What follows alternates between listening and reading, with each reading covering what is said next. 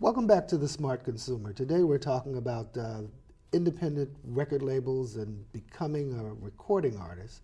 And with me to do that is independent artist Felicia Renee, but her last name is Hicks. Independent record labels. What does the independent part mean? It means you do your own work. It means you work your little tail off. What does that mean? You're not with a big company? It means that right now we have started the core. We've created the core, the music, the sound, the idea, and what we want the company to be based off of. And then at some point you can decide if you'd like to be involved with a major company meaning Universal or Sony, one of the very large conglomerates that can make sure that all your music gets into Walmarts and Tower Records and places like that. Now that song that you just did, is that one of your songs? Yes. Did you write the song? Yes. Did you record the song? Yes. I heard background vocals in there. Is that you too? That is both myself and my writer friend, Joy Mercer Camacho. Okay. You have had association with other labels too. Can you tell us about that? Yes, all a learning process. Tell us about the first one. What was the first one?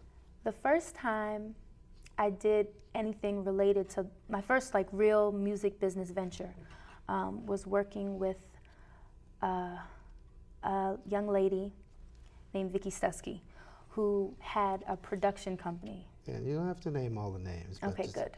So your first one? The first one was a production deal.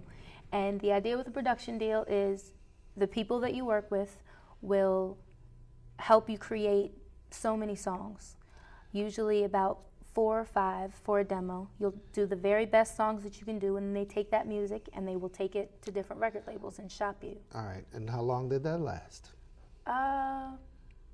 We didn't get through too many songs. And why?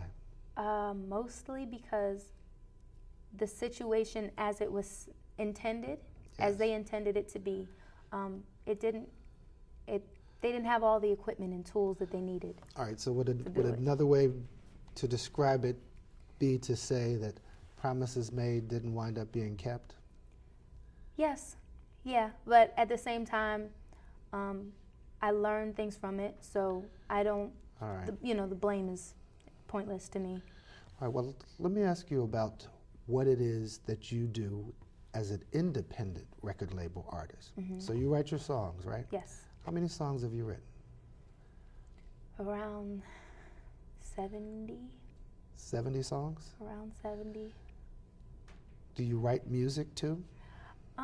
Quietly, when no one's looking. I play a little bit. So where does your music come from otherwise for your songs? The ideas from it either come from myself and come out of my heart, and then I usually will translate it to someone else that plays, that their primary instrument is either the keyboard or the bass. Usually those are the people that I usually click with really well. So do people give you tracks that you write words to? Yes, absolutely.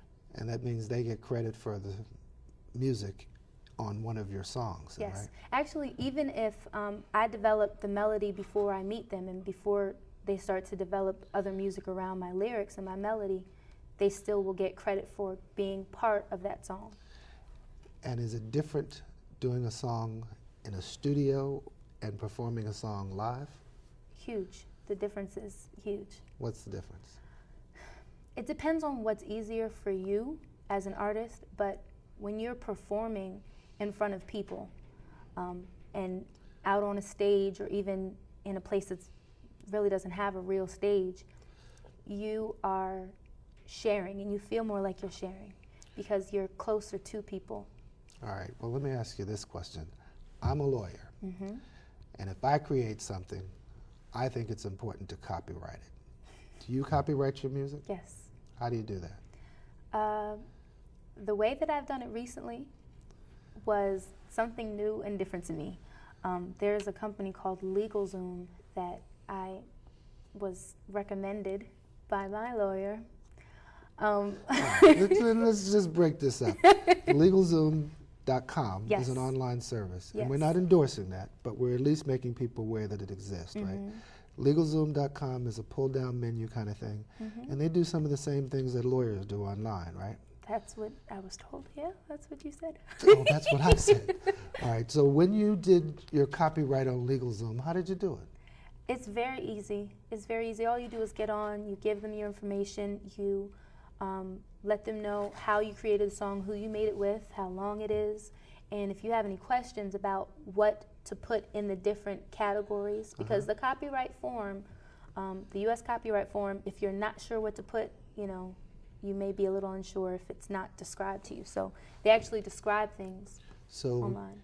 You fill out the form online, they fill out the form with the U.S. Copyright Agency, and they copyright and send you records that your material has been copyrighted. Yes, it's a secure site, and they also send you information telling you it was FedExed when, and give you the tracking information, everything else. So you know that it was actually sent out. You can double check on it. You can check with FedEx online or call. All right, last questions. Is it expensive? No, not nearly as much as a lawyer's fee. A regular lawyer's fee. Well, on that note, we are going to end this segment, and will you sing for us again? Absolutely. All right, we'll come back once more, and we'll hear from Felicia Renee, and we'll find out where she is and what she's up to right here in Central Pennsylvania. Stay with us. We'll be right back with The Smart Consumer.